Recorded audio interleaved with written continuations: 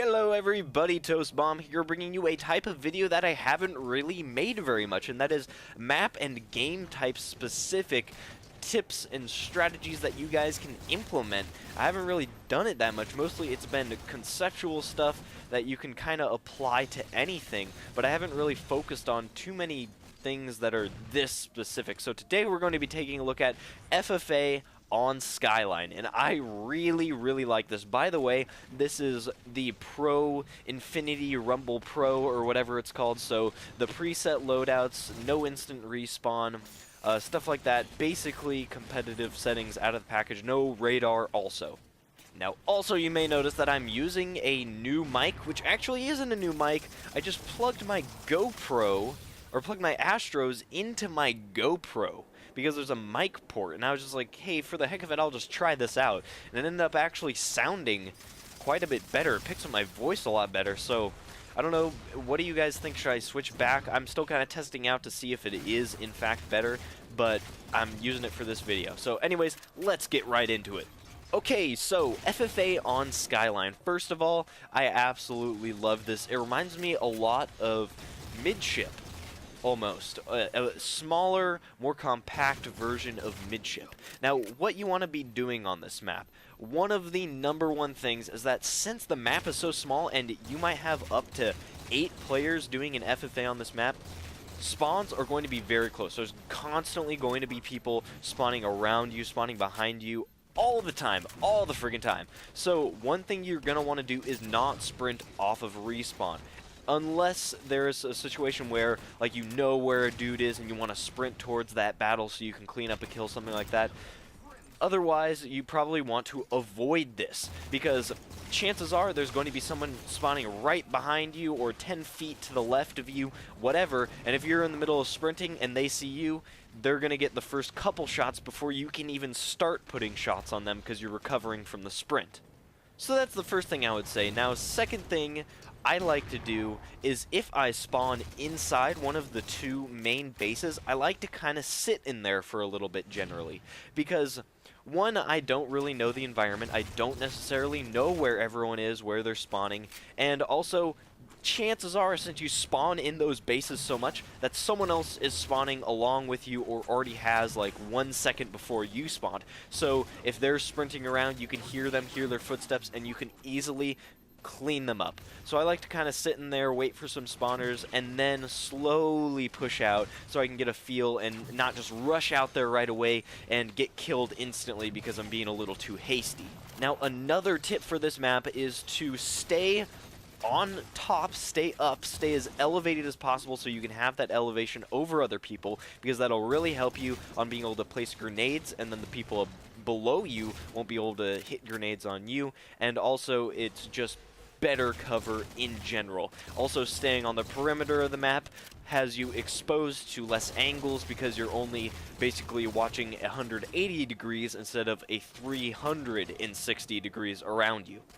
Now, I would also not recommend top mid, even though it's a little bit higher than those outside areas. Top mid is a little scary. There's people constantly watching it right when they spawn out in the base. That's usually the first place they check. They're going to look out onto the map and try and find out where everyone is so they can get a feel for the battlefield. And if you're sitting there on top mid, they might catch a glance, and that's very easily nadeable. Also, there's fusion coils. Now, those fusion coils are on a pretty long respawn. It's 180 seconds for the respawn, but they are there sometimes, and if you're not paying attention to them, that can also contribute to that grenade's damage or whatever, and you're likely to get killed.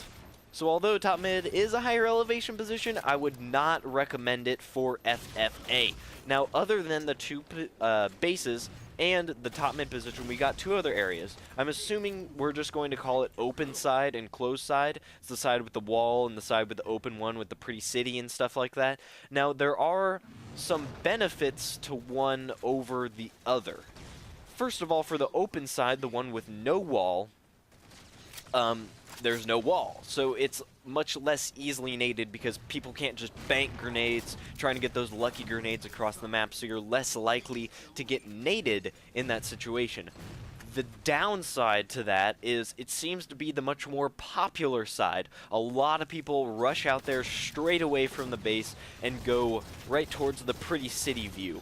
So it seems to be much more populated, and it's going to be much more of a cluster, and you might die and be overwhelmed. So the closed side has the benefit of being a little less populated generally, but the open side has usually seems like more people, but you can't get naded. Now, the open side does have one other benefit. I'm not sure what people are going to start calling these, but if you look on the closed side, there are these little pill-shaped almost things that are like these benches. Now, this little structure right here, you can't jump up onto the roof on the closed side. But on the open side, on the opposite side, there's those same type of structures, but they aren't benches.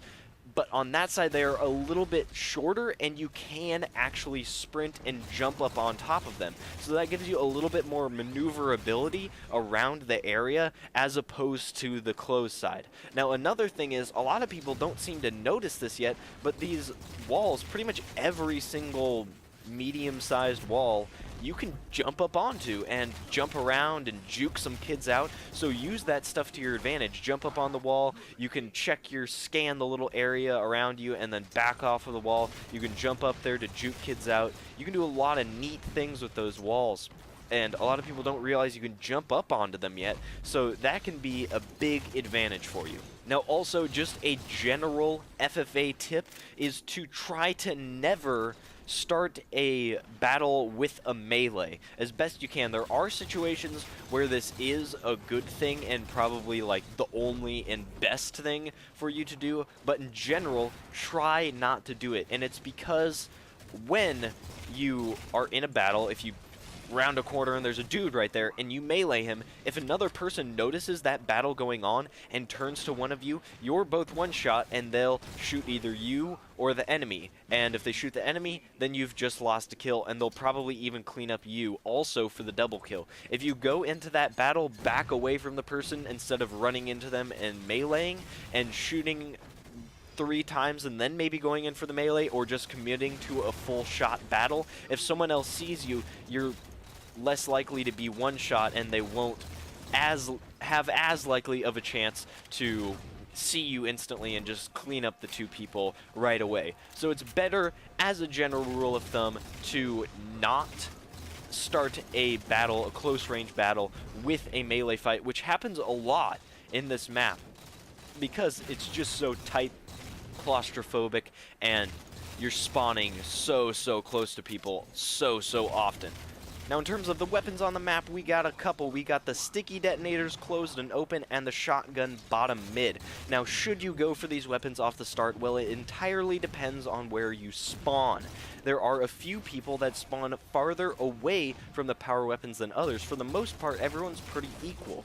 But if you spawn farther back in the base, I wouldn't recommend rushing and trying to get those weapons, because they're probably already going to have them and you're going to get shot in the face with a sticky detonator. So anyways, those are my tips for the map FFA Rumble Pit Pro on Skyline. Anyways, that'll be it for this one. If you liked it, you can leave a like or a comment, and I hope the mic didn't sound too terrible. I'm still testing it. I don't get as much direct feedback because I'm going through a camera. I can't see the little audio forms or whatever. So anyways, that'll be it for this one. If you liked it, you can leave a like or a comment, or you can subscribe because I post new Halo videos every day. Anyways, thank you for watching. See you tomorrow. Bye.